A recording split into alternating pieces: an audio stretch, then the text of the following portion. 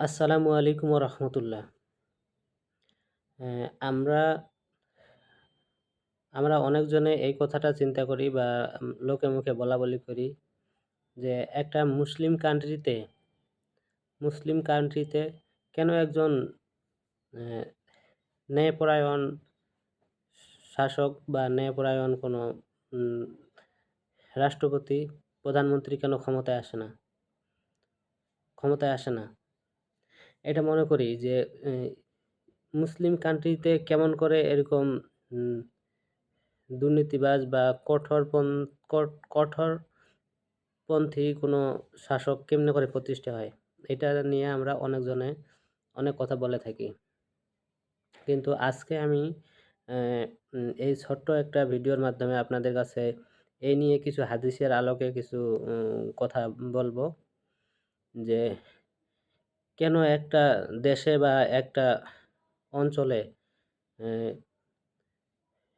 কঠোরপন্থী শাসক প্রতিষ্ঠা হয়, ক্ষমতায় আসে, এই ব্যাপার নিয়ে কথা বলবো। তো হাদিসে আইছে এইভাবে যে যখন যখন দুনিয়াতে বা কোনো দেশে বা কোনো ভূখণ্ডে যখন মানুষের পাপাচার বা গুনার কাজ বেড়ে যায়, পাপাচার বা গুনার কাজ বেড়ে যায়, আহ, চাঁদাবাজি, ছিনতাই, রাহাজানি, এরকম কিছু নাজায়েজ কাজ যখন বেড়ে যায়, অথবা এক পর্যায়ে দেখা যায় এভাবে পাপাচার কাজ বাড়তে বাড়তে এমন এক পর্যায়ে যায়, তখন এই গুনার কাজকে মানুষ গুনাহ বলে মনে করে না। যেমন হুজুর পাক সাল্লাল্লাহু আলাইহি সাল্লাম নবুয়তি পাওয়ার আগে বা তিনাকে উম, পৃথিবীতে প্রেরণ করার আগে একটা যুগ ছিল, সেই যুগটাকে আইহামে জাহিলিয়াতের যুগ বলা হতো। সেই সময় এমন কিছু গুনার কাজ বা পাপাচার সম্পাদিত হতো।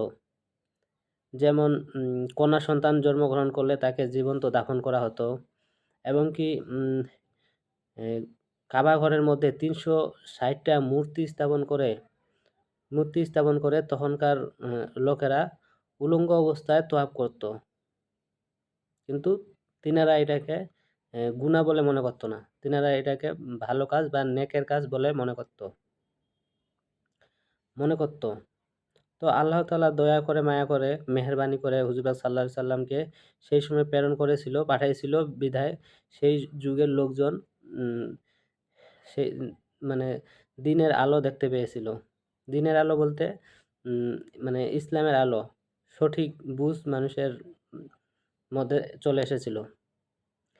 কিন্তু আল্লাহ তাআলা যদি দয়া করে সেই সময় আমাদের হুজুর পাক সাল্লাল্লাহু আলাইহি সাল্লাম না পাঠাতেন, অবশ্য হুজুর পাক সাল্লাল্লাহু আলাইহি সাল্লামকে পাঠানোর আগে অনেক প্রায় 400 বছরের মতো নবী ছিল না ঈসা নবীর পরে।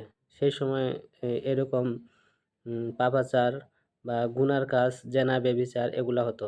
যেমন যদি ছোট্ট কোনো ছোট কোনো নিয়ে, দ্বন্দ্ব নিয়ে যুগের পর যুগ এটা দ্বন্দ্ব চলতে থাকতো। যেমন যদি এ এ এক ঘাটের গরু আরেক ঘাটে গিয়ে পানি খেত, এটুক নিয়ে যুগের পর যুগ এরা দাঙ্গা হাঙ্গামা করে যেত। যেমন যখন মারা যেত মুরব্বীরা, তখন পরের জন্মকে বলে যেত যে তোমরা এটা কখনো মিটাবা না, এটা তোমার শত্রুতা চালিয়ে যাবা।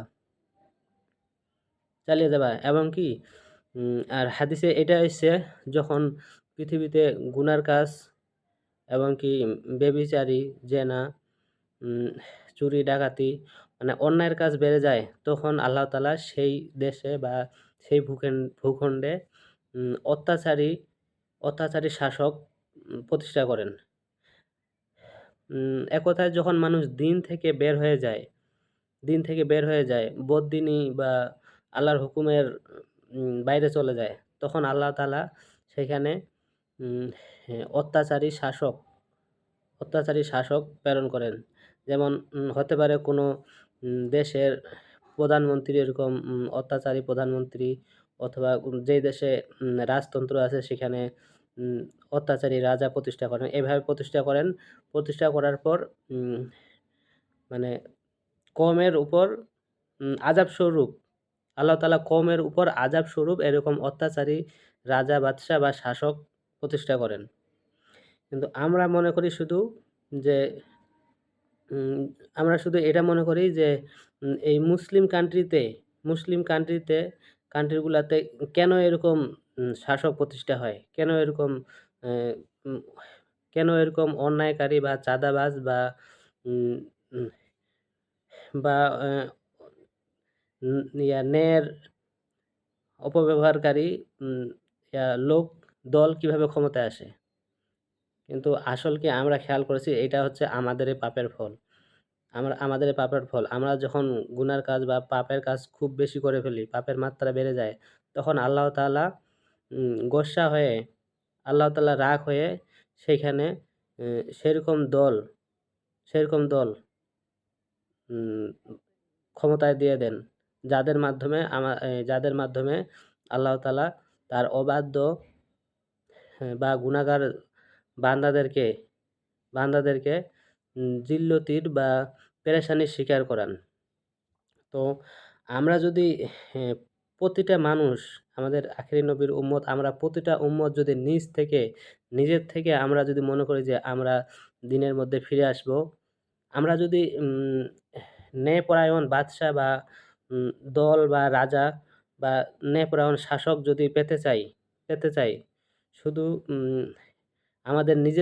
প্রত্যেকে আমাদের নিজেদের থেকে উম গুনার কাছ থেকে বা বদদিনী থেকে বের হয়ে এসে দ্বীনের পথে চলে আসতে হবে। তাহলে আল্লাহ তাআলা সেই রাজ্যে ন্যায়পরায়ণ বাদশা প্রেরণ করবেন বা উম সত্যের মানদণ্ডকারী বা ন্যায়ের পক্ষে উম কথা বলে বা কাজ করে এরকম দল ক্ষমতায় দিয়ে দেবেন। তো আমরা এটা মনে রাখবো যে দেশে যখন কোনো উম এরকম দল আসে তখন সেটা আমাদেরই পাপের ফল। আল্লাহ তাআলা গোস্সা হয়ে, রাগ হয়ে এরকম শাসক প্রতিষ্ঠা করেন। তো আসুন আমরা সবাই দ্বীনের মধ্যে ফিরে আসি। আল্লাহ তাআলার হুকুম, আহকাম এবং হুজুর পাক সাল্লাল্লাহু আলাইহি সাল্লামের তরিকা মেনে চলার চেষ্টা করি। তাহলে আমরা অবশ্যই দুনিয়াতেও একটা শান্তিপূর্ণ পরিবেশ বা জীবনযাপন করতে পারবো এবং ইনশাআল্লাহ আখিরাতেও আল্লাহ তাআলা এর বদলা দান করবে। তো ঠিক আছে, সবাইকে ধন্যবাদ। আসসালামু আলাইকুম ওয়া রাহমাতুল্লাহ।